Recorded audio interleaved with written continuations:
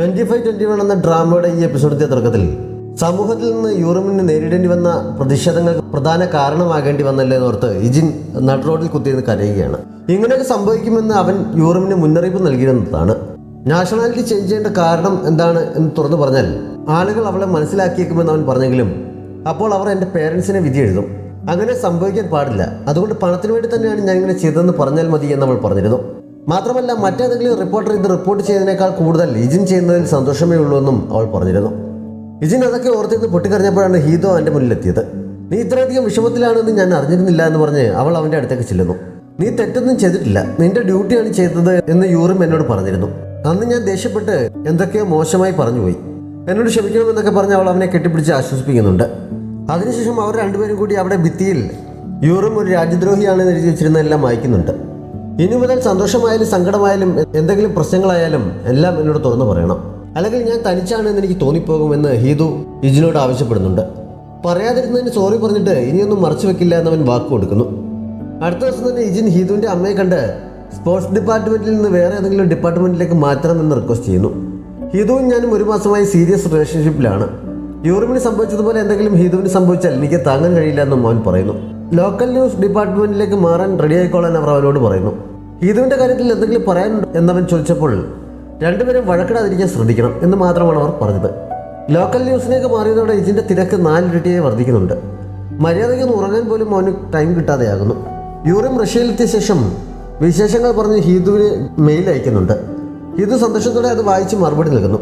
യൂറിം പോയതോടെ training സെൻറ്ററിൽ ആകെ ബോറടിയാണെന്നും coach young ആണ് പുതിയ ട്രെയിനർ എന്ന വിശേഷങ്ങളൊക്കെ അവൾ പറയുന്നുണ്ട്. ഇജിൻ ഹീതുവുമായുള്ള റിലേഷൻ നന്നായി കൊണ്ടുപോകുന്നതിനാണ് ലോക്കൽ ന്യൂസിലേക്ക് മാറിയതെങ്കിലും അവൻ്റെ തിരക്ക് കാരണം മര്യാദയ്ക്കൊന്നും തമ്മിൽ കാണാനുള്ള ടൈം പോലും അവൾക്ക് കിട്ടാതായി. ഹീതുവിനാകെ അവധി കിട്ടാറുള്ള വീക്കെൻഡുകളിൽ ഒരുമിച്ച് ഒരു സിനിമ കാണാൻ പോലും ഇജിന് സമയത്തെത്താൻ കഴിയാതെയായി തുടങ്ങി. യൂറിം റഷ്യയിലെ സാഹചര്യങ്ങളുമായി പൊരുത്തപ്പെട്ട് തുടങ്ങിയിരിക്കുന്നു. ജിവോങ് അവളോട് പറഞ്ഞിരുന്ന പോലെ ജോലി ചെയ്ത കാശ് കൂട്ടിവെച്ച് ഇടയ്ക്ക് അവളെ കാണാൻ ചെല്ലുന്നുണ്ട്. കുറച്ച് സമയത്തൊക്കെ ഉണ്ടായിരുന്നെങ്കിലും അവനെ കാണാൻ കഴിഞ്ഞത് യൂറിമിന് നൽകിയ സന്തോഷം ചെറുതല്ല. 2001 ആയിരിക്കുന്നു. ഹീതുവിന് മാഡ്രിഡിലേക്ക് മത്സരത്തിന് പോകാനുള്ള സമയം എടുത്തിരിക്കുന്നു. ന്യൂ ഇയർ ദിവസം കപ്പിൾസിന് വേണ്ടിയുള്ള ഒരു പുതിയ പാക്കേജിൽ ഫോണിൽ ആക്ടിവേറ്റ് ചെയ്യുന്ന കാര്യം ഹീതു ഇജിനോട് പറയുന്നുണ്ട്. അപ്പോൾ എത്ര സമയം വേണമെങ്കിലും തമ്മിൽ സംസാരിക്കാമല്ലോ എന്നവൾ പറയുന്നു. സെങ്വാങ് എൻട്രൻസ് എക്സാം നല്ല രീതിയിൽ പാസ്സായി കോളേജിൽ അഡ്മിഷൻ നേടുന്നുണ്ട്. അവളുടെ ഡിപ്പാർട്ട്മെൻറ്റിൻ്റെ റെപ്രസെൻറ്റേറ്റീവായി തിരഞ്ഞെടുക്കപ്പെട്ടത് അവളാണ്. ജിവോങ് പുതിയൊരു പരിപാടി തുടങ്ങിയിട്ടുണ്ട്. ഇന്നത്തെ ഇൻസ്റ്റാഗ്രാം പോലെയുള്ള ഒരു സൈറ്റിൽ ട്രെൻഡിയായ ഫോട്ടോസ് എടുത്ത് അപ്ലോഡ് ചെയ്യുക. ഫോട്ടോഗ്രാഫർ മിക്കവാറും സെങ്വാങ് ആയിരിക്കും. അവന് ധാരാളം ഫോളോവേഴ്സ് ആ സൈറ്റിലുണ്ട്. മാത്രമല്ല സ്വന്തമായി പുതിയൊരു വെബ്സൈറ്റ് തുടങ്ങി ഇങ്ങനെ ഡ്രസ്സിനോട് ഇഷ്ടമുള്ളവരെ ഉൾപ്പെടുത്തി എന്തൊക്കെയോ ബിസിനസ് പ്ലാനിങ്ങും അവൻ നടത്തുന്നുണ്ട്. ഹീതു വിശേഷങ്ങളെല്ലാം അപ്പോൾ യൂറിമിനെ മെയിൽ അയക്കുന്നുണ്ട്. പക്ഷേ ഈയിടെ യൂറിം അവളുടെ മെയിൽ വരുന്നത് കാണുന്നുണ്ടെങ്കിലും അത് ഓപ്പൺ ചെയ്ത് വായിക്കുകയോ റിപ്ലൈയോ കൊടുക്കുകയൊന്നും ചെയ്യുന്നില്ല. ഹീതു ഒരു ദിവസം പ്രാക്ടീസിനിടെ കൈക്കെന്തോ ചെറിയ പരിക്ക് പറ്റിയതിനാൽ ഹോസ്പിറ്റലിൽ പോയി ചെക്ക് ചെയ്ത് മടങ്ങുമ്പോൾ വഴിയരികിൽ ഒരു പണിസൈറ്റിൽ ക്രെയിൻ തകർന്ന് ദുരന്തം നടന്നിടത്ത് ഇജിൻ നിന്ന് റിപ്പോർട്ട് ചെയ്യുന്ന കണ്ട് അവിടേക്ക് ചെല്ലുന്നു. ആ ദുരന്തത്തിൽ 3 പേർ മരിച്ചിരുന്നു. മരിച്ചവരുടെ കുടുംബത്തിൻ്റെ ദുഃഖം നേരിൽ കണ്ട് ഇജിൻ ആകെ വല്ലാതെയാകുന്നുണ്ട്. ആൾക്കൂട്ടത്തിൽ നിൽക്കാതെ ഹീതു ഇതെല്ലാം കാണുന്നുണ്ടായിരുന്നെങ്കിലും ഇജിൻ വല്ലാത്ത മാനസികാവസ്ഥയിലാണെന്ന് മനസ്സിലാവുന്നതിനാൽ അവൾ അവനെ വിളിക്കാൻ മടിച്ചു നിൽക്കുന്നുണ്ട്. ഇജിൻ റിപ്പോർട്ടിംഗ് കഴിഞ്ഞ് സീനിയറിനൊപ്പം ഇത് കുറേ മദ്യപിക്കുന്നുണ്ട്. ഇങ്ങനെ റിപ്പോർട്ട് ചെയ്യാൻ തുടങ്ങുന്ന ഓരോ മരണവും മനസ്സിലേക്ക് ഉൾക്കൊണ്ട് കുടിക്കാനാണ് ഉദ്ദേശമെങ്കിൽ ആരോഗ്യം നശിക്കുകയുള്ളൂ എന്ന് സീനിയർ വാണിംഗ് കൊടുത്തപ്പോൾ എൻ്റെ സ്വന്തമല്ലെങ്കിൽ പോലും കൺമുന്നിൽ കാണുന്നത് കണ്ടില്ല എന്ന് നടിക്കാൻ എനിക്ക് കഴിയില്ല എന്നവൻ വിഷമത്തോടെ പറയുന്നു. ഹീതു സീനിയറിനെ ഫോൺ ചെയ്ത് അവർ ഉള്ള സ്ഥലം അറിഞ്ഞിരുന്നതിനാൽ കുറച്ച് മാറി മറ്റൊരു മേശയ്ക്കരികിൽ അവളും ഇരിക്കുന്നുണ്ടായിരുന്നു. ഇജിൻ ഉള്ളിലെ ദുഃഖം കുറേയൊക്കെ പറഞ്ഞു കഴിഞ്ഞപ്പോഴാണ് അവൾ ഇജിനെ വിളിച്ചത്. ഹീതു അന്ന് വരുമെന്ന് അറിവില്ലാത്തതിനാൽ ഇജിൻ പരിസരം പോലും മറന്ന് സന്തോഷത്തോടെ ഓടിച്ചെന്ന് അവളെ കെട്ടിപ്പിടിക്കുന്നുണ്ട്. അവർ ഒരുമിച്ചിരുന്ന് കുറെ മദ്യപിച്ച ശേഷമാണ് മടങ്ങിയത്. ഹീതുവിനെ ഇജിൻ പൊക്കിയെടുത്താണ് മുറിയിൽ എത്തിച്ചത്. ബെഡിലേക്ക് കിടന്നതും അവൾ ഉറക്കം പിടിക്കുന്നുണ്ട്. ഉറക്കത്തിൽ വേദന ഉള്ളതുപോലെ അവൾ ഞരങ്ങുന്നത് കണ്ട് ഇജിൻ അവളെ കുലുക്കി വിളിച്ച് നിനക്ക് എവിടെയെങ്കിലും വേദനിക്കുന്നുണ്ടോ എന്ന് ചോദിക്കുന്നുണ്ട്. കഠിനമായ ട്രെയിനിങ് ഉള്ള ദിവസങ്ങളിൽ എല്ലാം ഞാനിങ്ങനെ ഞരങ്ങാറുണ്ട് എന്ന് ഫ്രണ്ട്സ് പറഞ്ഞിട്ടുണ്ട്. ടെസ്റ്റ് പോസിറ്റീവ് ആകുമോ എന്ന പേടി കാരണം എനിക്ക് മരുന്നൊന്നും കഴിക്കാൻ പറ്റില്ല എന്നവൾ കണ്ണു തുറക്കാതെ തന്നെ പറയുന്നു. ഇതിന് ശരിക്കും വിഷമം തോന്നുന്നുണ്ട്. അവളെ ആശ്വസിപ്പിക്കാനെന്നോണം അവനവളെ കെട്ടിപ്പിടിച്ച് കിടക്കുന്നു. നേരത്തെ ന്യൂസ് റിപ്പോർട്ട് ചെയ്യുന്ന സമയത്ത് അവിടെ വന്നിരുന്നുവെന്നും പക്ഷേ അവൻ്റെ വിഷമം കണ്ടപ്പോൾ അടുത്തേക്ക് വരാതിരുന്നതാണ് അവനെ സപ്പോർട്ട് ചെയ്യാനുള്ള ഏറ്റവും നല്ല വഴിയെന്ന് തോന്നിയത് കൊണ്ടാണ് അടുത്തേക്ക് വരാതിരുന്നതെന്നും അവൾ പറയുന്നുണ്ട്. അവൾ മത്സരങ്ങളിൽ പങ്കെടുക്കുമ്പോൾ എനിക്കും അതേ ഫീലിങ്സ് തന്നെയാണ് ഉണ്ടാവാറുള്ളത്. ഞാൻ അടുത്തേക്ക് വരാതിരിക്കുന്നതാണ് നിന്നെ സപ്പോർട്ട് ചെയ്യാനുള്ള ഏറ്റവും നല്ല വഴി എനിക്ക് അപ്പോൾ തോന്നാറുണ്ട് എന്ന് അവൻ പറയുന്നു.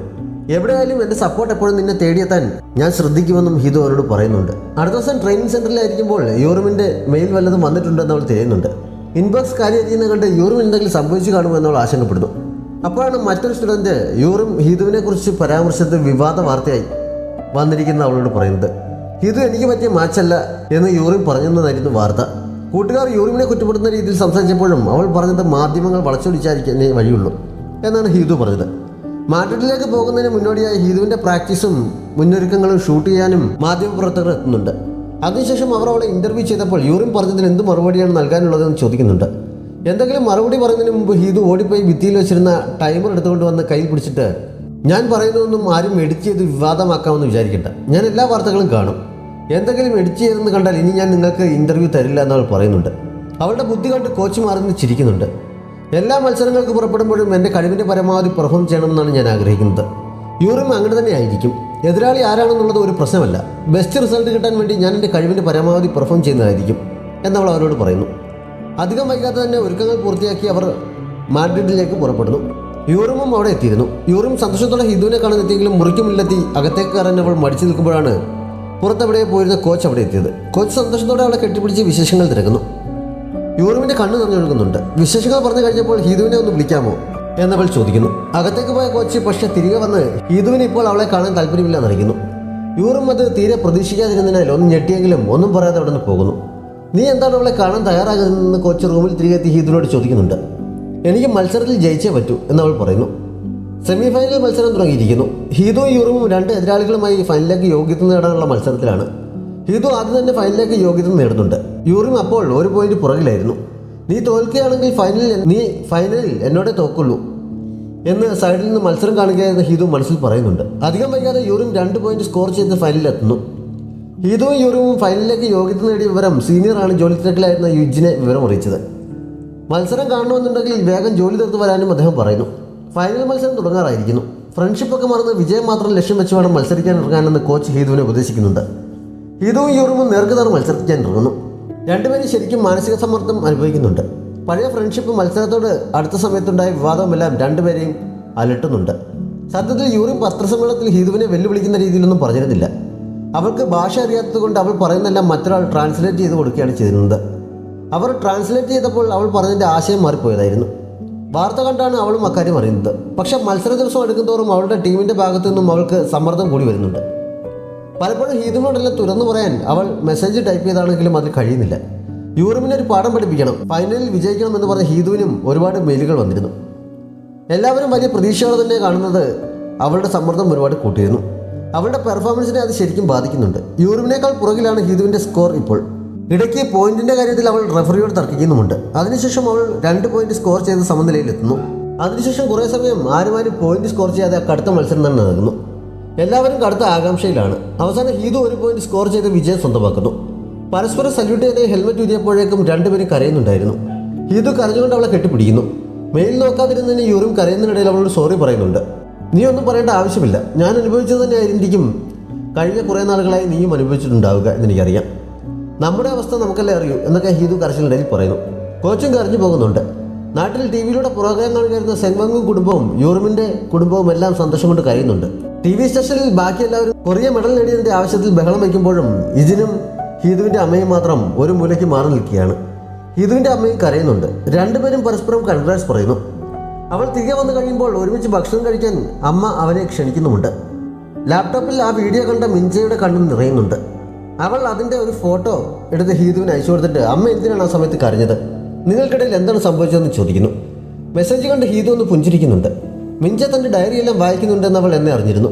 അന്നത്തെ ഡയറിയിൽ നിറയെ ഫ്രണ്ട്ഷിപ്പും പാഷനേറ്റ് ലവും മാത്രമേ ഉള്ളൂ എന്നറിഞ്ഞുകൊണ്ട് തന്നെ മിൻജയും ജീവിതത്തിൽ അങ്ങനെ ഫ്രണ്ട്ഷിപ്പോ പ്രണയമോ ഒക്കെ ഉണ്ടാക്കിയെടുക്കട്ടെ എന്നാണ് അവൾ വിചാരിച്ചത്. കാരണം ജീവിതാവസാനം വരെ നിലനിൽക്കുന്ന നല്ല ഓർമ്മകൾ അതുമാത്രമേ ഉണ്ടാവുള്ളൂ എന്ന് അവൾക്കറിയാം. പക്ഷെ മിൻജ തിരിയുന്ന ഡയറി ഹീതുവിൻ്റെ കയ്യിൽ നിന്ന് നഷ്ടപ്പെട്ടിരുന്നു. ഹീതു മാഡ്രിഡിൽ നിന്ന് മടങ്ങിയെത്തിയ ദിവസം തിരക്ക് കാരണം നേരിട്ട് ചെല്ലാൻ കഴിഞ്ഞില്ലെങ്കിലും ഇജിൻ അവൾക്ക് മെസ്സേജ് അയക്കുകയും വിളിക്കുകയും ചെയ്തു. അവളുടെ അമ്മ നിർദ്ദേശിച്ചനുസരിച്ച് ഒരുമിച്ച് ഭക്ഷണം കഴിക്കാനായി ചെല്ലാമെന്നും അവൻ സമ്മതിക്കുന്നു. പറഞ്ഞ സമയത്ത് തന്നെ ഹീതുവും അമ്മയും എത്തി കാത്തിരുന്നെങ്കിലും ഇജിൻ എത്തുന്നില്ല. കുറെ കഴിഞ്ഞപ്പോൾ തിരക്ക് കാരണം മടങ്ങാൻ കഴിയില്ല എന്ന് പറഞ്ഞവൻ വിളിച്ച് സോറി പറയുന്നുണ്ട്. ഹീതുവിന് വിഷമം തോന്നിയെങ്കിലും അവൾ എതിർപ്പൊന്നും പറയുന്നില്ല. തിരിച്ച് വീട്ടിലേക്ക് പോകുമ്പോൾ ഇത്ര നാളും എൻ്റെ തിരക്കുകൾ കാരണം നിനക്ക് തനിച്ചിരിക്കേണ്ടി വന്നു, അത് നിന്നെ ഒരുപാട് വേദനിപ്പിച്ചിരുന്നു എന്നല്ലേ നീ പറഞ്ഞിട്ടുള്ളത്. ഇജിനും ഇനി അങ്ങോട്ട് അറിഞ്ഞോ അറിയാതെയോ അത് തന്നെ ചെയ്തു എന്ന് വരാം. ഇങ്ങനെ പരസ്പരം മിസ് ചെയ്യുക, കാത്തിരിക്കുക, നിരാശരാകുക, ഇതൊക്കെ നിനക്ക് അഡ്ജസ്റ്റ് ചെയ്ത് മുന്നോട്ട് പോകാൻ കഴിയുമോ എന്ന് അമ്മ അവളോട് ചോദിക്കുന്നു. അമ്മയോട് കഴിയും എന്നൊക്കെ പറഞ്ഞെങ്കിലും ആ ചോദ്യം ഹീതുവിൻ്റെ മനസ്സിൽ കൊള്ളുന്നുണ്ട്.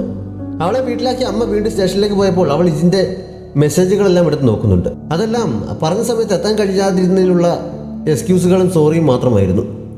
ആ സമയത്ത് കോളിംഗ് ബെൽ അടിക്കുന്നതിൽ ഫോൺ താത്തു വെച്ചിട്ട് അവൾ വാതിൽ തുറക്കുന്നു. ഇജിൻ മുന്നിൽ നിൽക്കുന്നത് കണ്ട് അവളൊന്ന് സർപ്രൈസ് ആക്കുന്നുണ്ട്.